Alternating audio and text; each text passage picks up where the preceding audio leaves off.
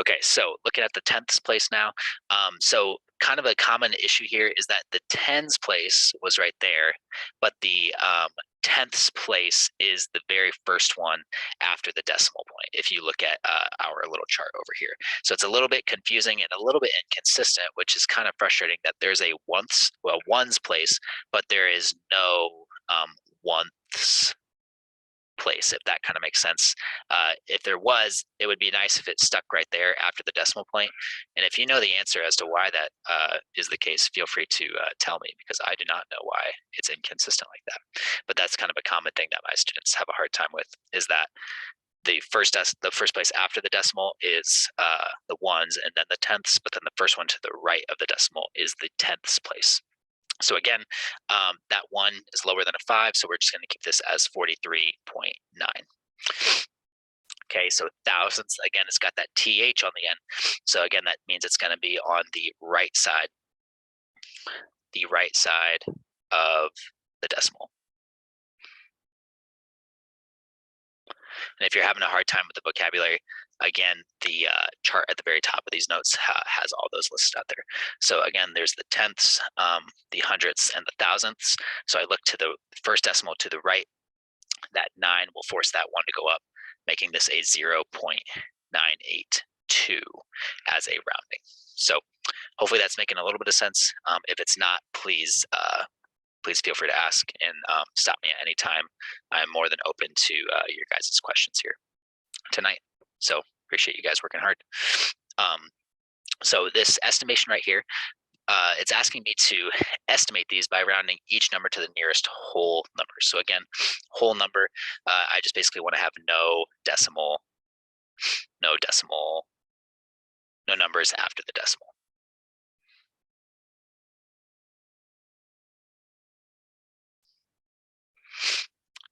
By the way, when I'm writing words like this, for me, it's really helpful when I try to say it in a layman's terms, if that makes sense. If I try to say it in a way that really anybody could understand it. So it's supposed to sound not mathy. It's supposed to sound like just we're having a conversation. So that's my goal when I'm writing stuff out like that. So I'm rounding each one to the whole number. This 561, that will make this 12 turn into a 13. Okay. This 0.29, that will not cause that 21 to go up. And then keeping my minus sign here, this 3-1, again, since that 3 is smaller than 5, it's going to keep that 9 just as a 9. So there's actually not a review of this concept right here, which of the biggest question that we're going to deal with is, do I need to add these two numbers first or subtract these numbers first? And what's nice with addition and subtraction is it actually doesn't matter which one we do first. Technically, maybe this is ringing a bell. Maybe your teachers told you about something called PEMDAS, which is just a little acronym to help you remember the order of simplifying things. Some people know it as "Please excuse my dear Aunt Sally" as a way to remember it, or "Please end my day at school." That always gets a couple laughs from my students when I change it to that. But so if I'm following this, these are again parentheses. These stand for exponents. There's none of those parentheses, no exponents, no multiplication, no division. The first thing I run into is addition. So I'm going to do that addition first, giving me a 34. And then I've got a minus 9 here. So 34 minus 9 will give me 25. Sorry, sometimes the simple math gets me pretty good. So hopefully that's making a little bit of sense, just rounding, some rounding and some basic addition and subtraction. So not to be all like dramatic and say that math actually matters in your real life, but when I read this question, I was like, huh, that actually is really nice to be able to round, to have this skill of saying, okay, we have $4 for each person, roughly. Okay, so that's roughly $4 for each person, and there's 24 of us. It doesn't make sense when I get my bill to see 94.80. This actually happened to me and my wife the other day. We were at Birdie's, and it's downtown, and our bill was like $85, and we did not spend 80. It's pretty easy to spend $85 there, but it definitely should have been $85, and they actually screwed up our bill. So this actually, I read this question, I was like, huh, that would actually be a nice thing to talk about. So if you haven't been to Birdies yet, feel free to check it out. It's a nice little spot downtown. So some of the work I would do here to figure this out is that I would want to think as, okay, people are paying about $4 a person. There's 24 of us, so we would just do 24 times 4 to give me whatever that would be. 24 times 4, I believe that's 96. Feel free to correct me if I'm wrong. $96. So that 96, I rounded up a little bit. 94.80 is really, really close to 96. So I would say something along the lines of, yes, that does make sense for this to, um, I'm only $1.20 over estimating. So hopefully that would be a pretty reasonable thing for you to trust the server if you got that kind of a bill. And by the way, I'm not going to talk just straight through these 2 hours. There'll be some breaks, by the way, in case you're like, when's he going to stop talking? Here, I'm going to actually mute myself, and I want you to just read the instructions for this graph. Again, I'll mute myself for about a minute. You're trying to read this graph, and then read the questions below just to kind of acclimate yourself with the situation. So again, we're on question 6 of that first 1.2 lesson, and you're trying to read and interpret the graphs.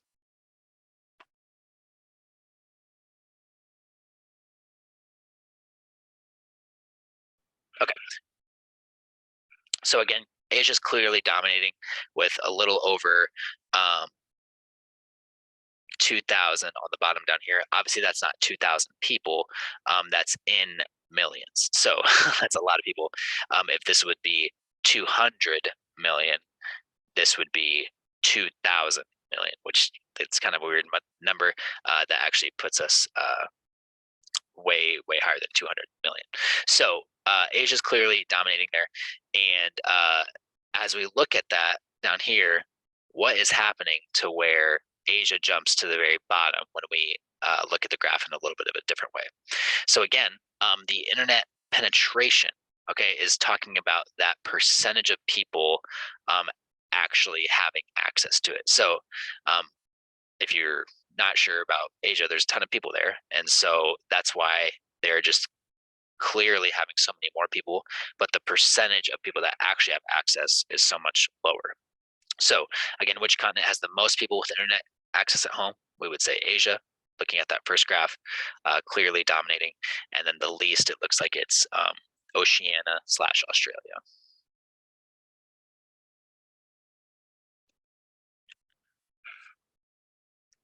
I'm gonna write just that. So again, we don't even need that second graph to consider it. So what do we think accounts for the fact that North America has the longest bar on the second graph, but is the middle of the pack on the first one? So does anybody want to drop, you can even put it privately to me in the chat, drop an answer to part B. Again, you can do it privately in case you don't want to be wrong or feel nervous about saying it in front of the whole group.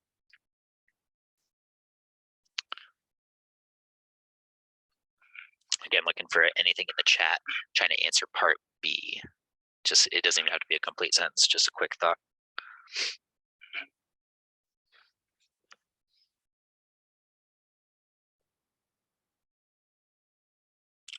All right, so since you said this privately,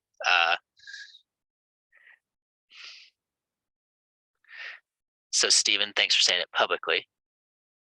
So more percentage of the population has access, but the population is smaller. So I think that's a great answer. Somebody privately said less people, but more users. So less population, but more users. Both those are great. Thanks for participating. I appreciate you guys dropping something in the chat. So again, North America would have a long bar here, again, because more of the people have actual access. So we have a higher percentage of people with actual access to it. So I'm not going to write that, or I guess I can write it. So we have a higher percentage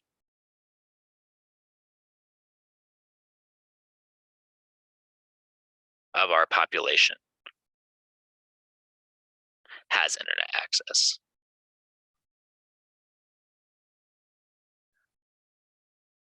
When I was doing this question, getting ready for this class, I was like, gosh, I do wonder about all those little islands by Australia, how they get internet access. It's kind of wild.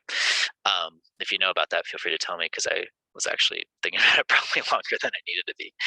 So part C, does Asia have more internet users than the rest of the world combined? Justify your answer.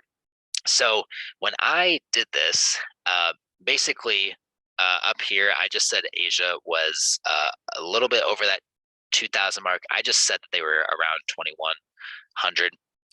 And then I just tried to really just eyeball it here. And I did this one as like 700. This one, even though it's a little bit less than 500, I just said 500. So this one's like a little bit above, this one's a little bit below. So I just basically rounded the green down to be 400 and rounded the purple up to be 400, since it looks like if you kind of sliced off that part of the graph and just replaced it right here, that those are roughly the same size. And then I just called this 200. And then I didn't account for this because, again, if I kind of took that graph right there and shoved it in right there, it looks like that would be about 200.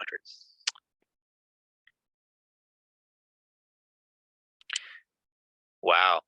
Okay. If there's internet cables in the ocean, that's pretty wild. Thank you for the person that privately said that. It's pretty cool. I do get sidetracked if, if something is way more interesting than just talking about numbers. So don't tempt me on getting too sidetracked over here. Okay, so when I add these all up, these down here in my brain, I just see that as 1,000.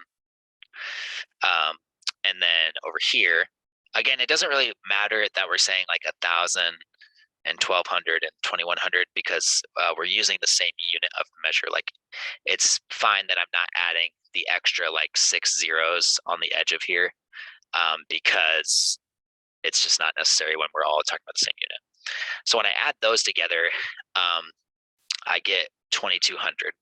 And so if you had to like, put money on this, I wouldn't just because there was so much rounding involved.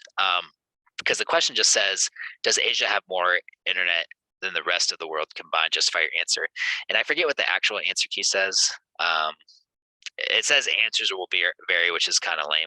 But I think you could, for someone who says yes, that's fine. Like by year rounding, 2,200 is bigger than 2,100. So you could say yes, but just know like if you had to like put money on it or something, I would maybe not do that because I think someone's saying no due to rounding, we can't make a obvious conclusion. I think that's both answers would be acceptable in that scenario, which is probably your least favorite thing to hear in math, but sometimes that's the reality. So hopefully that's making a little bit of sense. By the way, when we get to the end of these first section of notes, we will have a break. So thanks for hanging in there.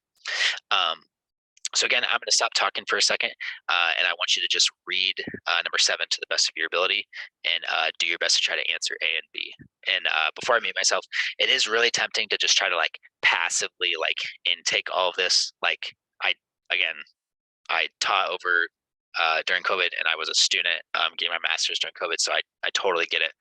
But try to do your best to actually like engage with the material and actually read it when I go ahead and mute myself. So thanks for doing that. Appreciate you guys working hard.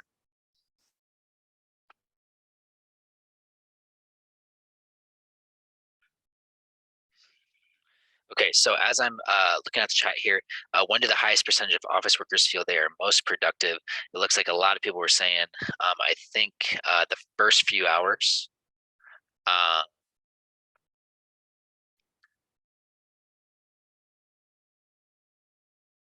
Yep, looking at that first few hours.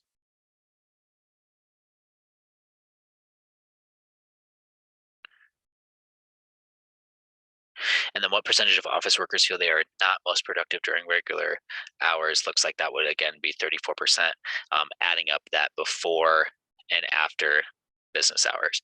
I think that the wording in this question is a little bit confusing to me. Like I think the fact that it wasn't like 7 a.m. to 9 and then like 3 to 5, and then like 9 to 3. I think that was kind of throwing me off. So if you kind of struggle with the language of that, just know that I did as well. Okay, so this next part, I think that again, reading the graphs, pretty important thing. I actually teach a class at Snyder that it's called data science. That's kind of all we do is look at graphs and kind of how important they are. Um, I think that's way more important than the next thing I'm about to talk about right now, which is scientific notation, which again, hopefully is ringing a little bit of bells, but if it's not, we're doing our best to learn it right now. The biggest thing with scientific notation is that you want to have a number that's smaller than 10. Okay, so a number that it is a single digit just in that ones place. You don't want to have anything that's than bigger than 10 or smaller than 1.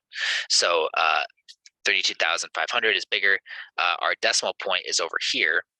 So what we want to do is we want to actually move that decimal point, and that becomes 3.25. So again, we move that decimal point, and then we need to multiply that by however many places I moved it. So I moved it 1, 2, 3, 4 times 10 to the 4th power. Again, right now this kind of seems pointless because that's not that big of a number. But where this could have actually been really helpful was if we jumped back up here, that 21,000 in millions. That's just a fancy way for me to add 6 zeros onto the end. So it could have been beneficial for me to call this 2.1 times 10 to the 1, 2, 3, 1, 2, 3, 1, 2, 3. So 10 to the 9th power.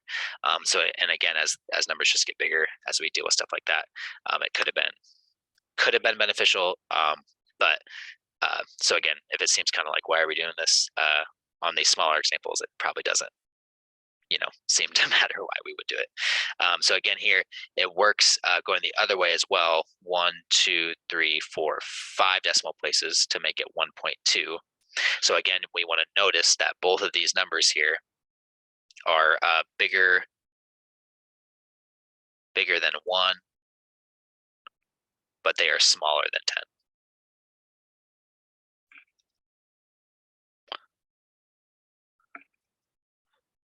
When I see my handwriting be like completely awful, I try to erase it. I would classify this as like mediocre, not completely awful. So that's why I did not change it. So when it's pretty brutal, I'll do my best to change it.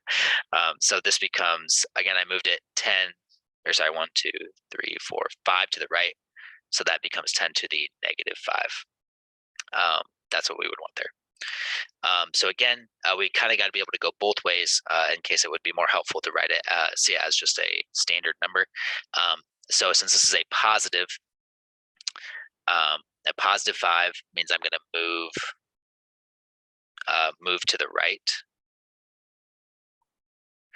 to get standard notation. So again, I've got my 1.92, and I'm just going to move 5 places to the right. 1, 2, 3, 4, 5, making that be 192 with 3 zeros. I would get in the habit, if I were you guys, of as we write down. This class deals with a lot of like financial situations, as well as just like a lot of like weights or just big numbers like this. I would get in the habit of every 3 just putting a comma. Kind of, if you notice, that's what I did up for the internet users one.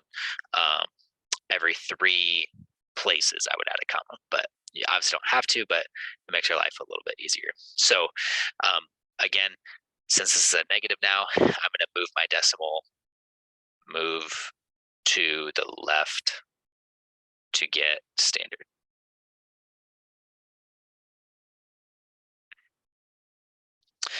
So again, I start with my 9.287. Again, they did not tell me to round it all. They're just telling me to convert it.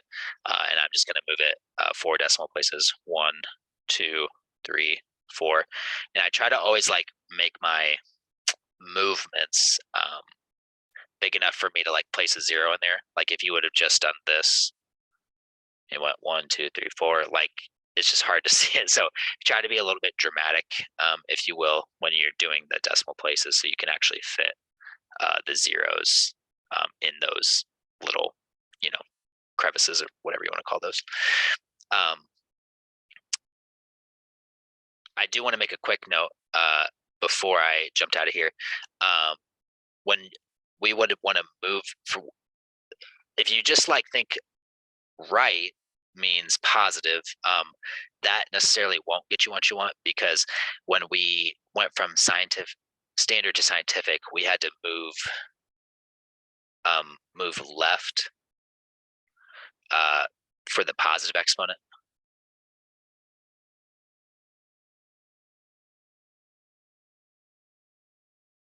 To get that positive exponent, and then we had to move right to get the negative.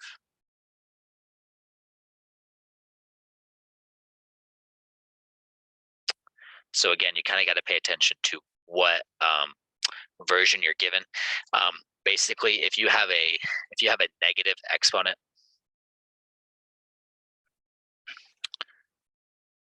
so if I just put a different color here. So again, if you just want to add this as a note, if you have a negative exponent,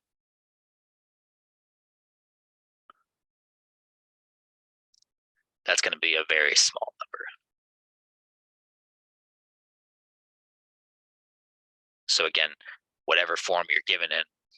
So like if you had a number like 3,432, that is not a number smaller than 1. So that exponent would have to be positive. So again, we only want to have negative exponents for those numbers that are super, super small, smaller than 1. Hopefully that's making a little bit of sense for you guys. This won't honestly come up a lot in the class, but I should expose you to it. For this product rule of exponents, what comes up a lot more in math is something like if you had like x to the 4th power times x to the 9th power. That's going to come up a lot more often, not necessarily in this class, but if you have to take any other math classes after this. The rule for that is if you have the same bases, that means you can add the exponents. So that just simplifies to x to the 13th. That may be what you're more familiar with seeing. And we're going to use that concept to add the exponents here and here. So what's nice is we can actually drop these parentheses, and this step you'll probably never show because it's just a little bit redundant to show that you drop the parentheses. And then since we're only multiplying in between these things, what I'm actually allowed to do is I can swap these guys, and it just becomes 6.1 times 9 times 10 to the 3rd times 10 to the 7th. Nothing really happened. Like no multiplication occurred. Again, that's called the commutative property, which again probably doesn't matter. Commutative. If you've heard of like addition or multiplication is commutative, it just means you can swap those places right there. From there, now we're to this place where we can add those exponents, giving me 10 to the 10th power, because 3 plus 7 is 10. And then I would multiply out the 6.1 times 9, which I believe is 56.9 or 54.9. Yes, 54.9. So we're almost ready for our first break. I appreciate you guys hanging in there. I know this is not necessarily the most fun thing ever, so I appreciate you guys hanging in there till the end. We do only have 3 questions left before that break, so thanks for hanging in there. So again, reading this question. So we're looking at this water plant, the desalination, and it can produce that many gallons of water in a day. How many gallons can it produce in 6 days? So I could add all those together 8 times. I think I said 6 days. I meant to say 8.6. Sorry. Um, just a quick note about that. When I said the wrong thing, a lot of times my students have told me this. I say the wrong thing, but what I write down is like what I actually mean. So I'm not trying to be like funny or whatever. I'm just being like straight up that I like a lot of times we'll say something like how I just called this 6 days, but I wasn't getting ready to write down not 6 days. So just know that whatever I write down is probably what I actually mean. Feel free to correct me. Like I'm not going to get mad, or I actually encourage you to like clarify, but just know that whatever I write down is probably what I actually meant to say. Just a quick side note about me. Um, it's funny when the chat or your faces are on the side over here, and if I click on like one person, I'm trying to like share the love here, so it's not just the same person all the time, because then I don't want you guys to feel like I'm just watching. Okay, so from here we would just multiply by 8.6 days. So again, you can kind of drop those parentheses if you wanted to. Again, you'll probably never show this step, most likely. Basically, the math that's happening is you just can combine the step that doesn't have the exponent, giving you, I think it's 17.2, and times 10 to the 6th. There was no other like extra 10 to the something, like that didn't exist in this question. So you just leave it as 10 to the 6th power. So, okay, again, this kind of comes up here. Like if I have, it's got a short name in here. If I just had, Reese, which you told me your name's not Reese. I think you said Lindsay. I could be wrong.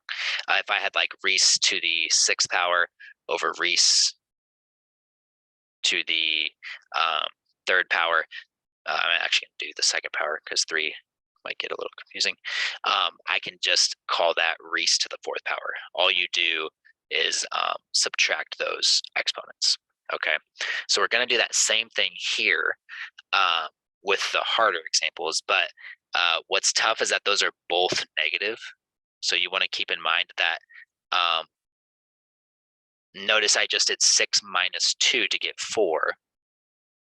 I'm not going to change the signs of any of these. So I'm going to rewrite this as 1.8 divided by 6. I still need to do that.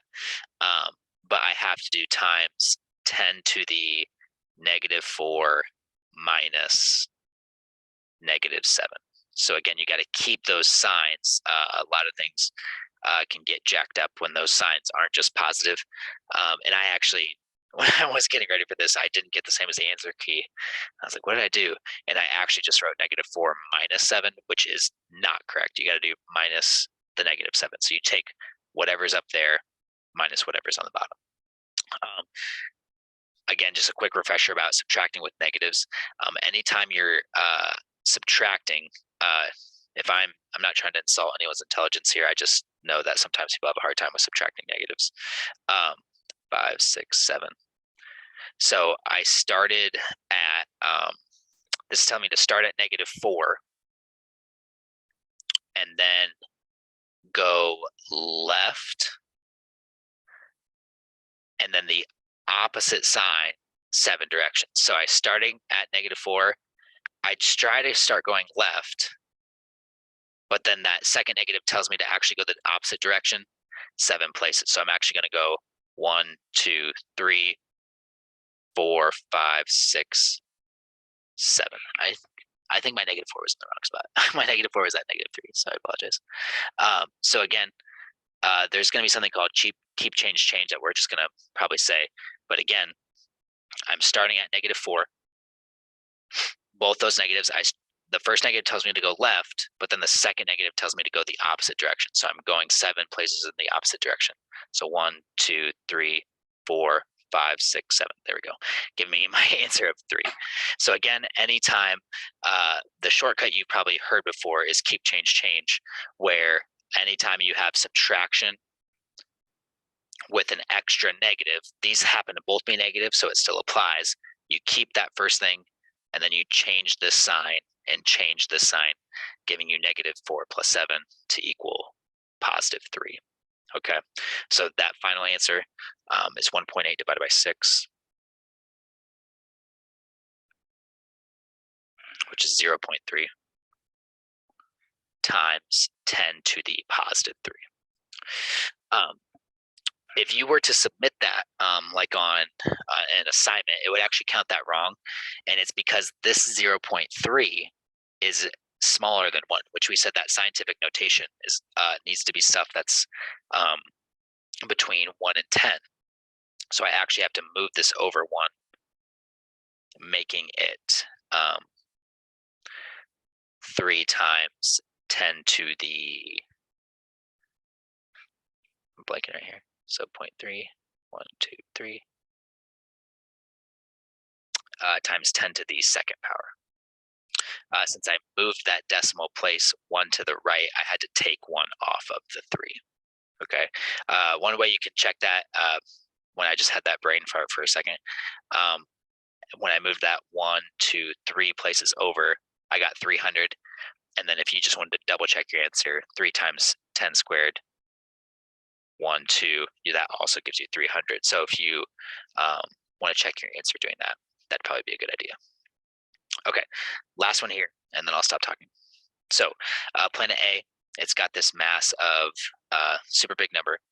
Planet B has a mass of that super big number. Which planet has a larger mass? This has 23 zeros after it. This has 25 zeros after it. So hopefully your brain is jumping to the fact that planet B is the larger mass.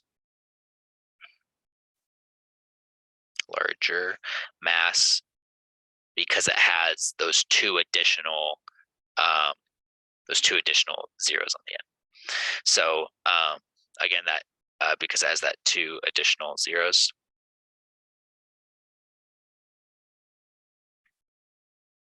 And I was almost tempted to say it's 100 times bigger, which if this was like 8 and 8 there, I think we'd probably be okay to say it's 100 times bigger, but I don't think we can say that here because the 8 and the 4 don't match up perfectly. So those 2 extra zeros, don't just assume, okay, 2 zeros means 100. Make sure we actually work it out to see if that makes sense. So the planet with the larger mass is how many times larger than the smaller planet. So I would want to divide those things with the big over the small. So I've got the B over A.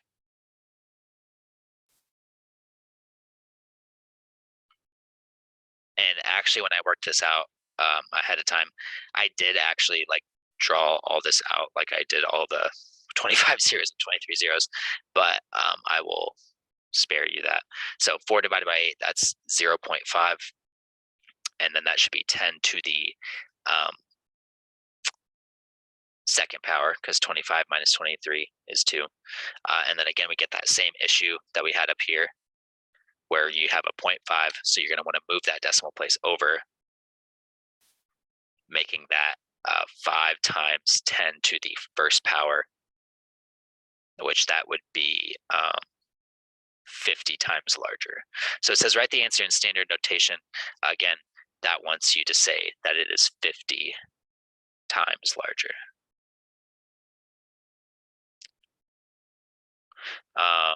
Again, the scientific notation is really just there to communicate really, really large number. When it's something small like that, we'd rather have it like that. What I'm going to do is stop talking for a second here, give you guys a second to catch your breath. And when we come back, I want you guys to click on, let me pause this for 1 second.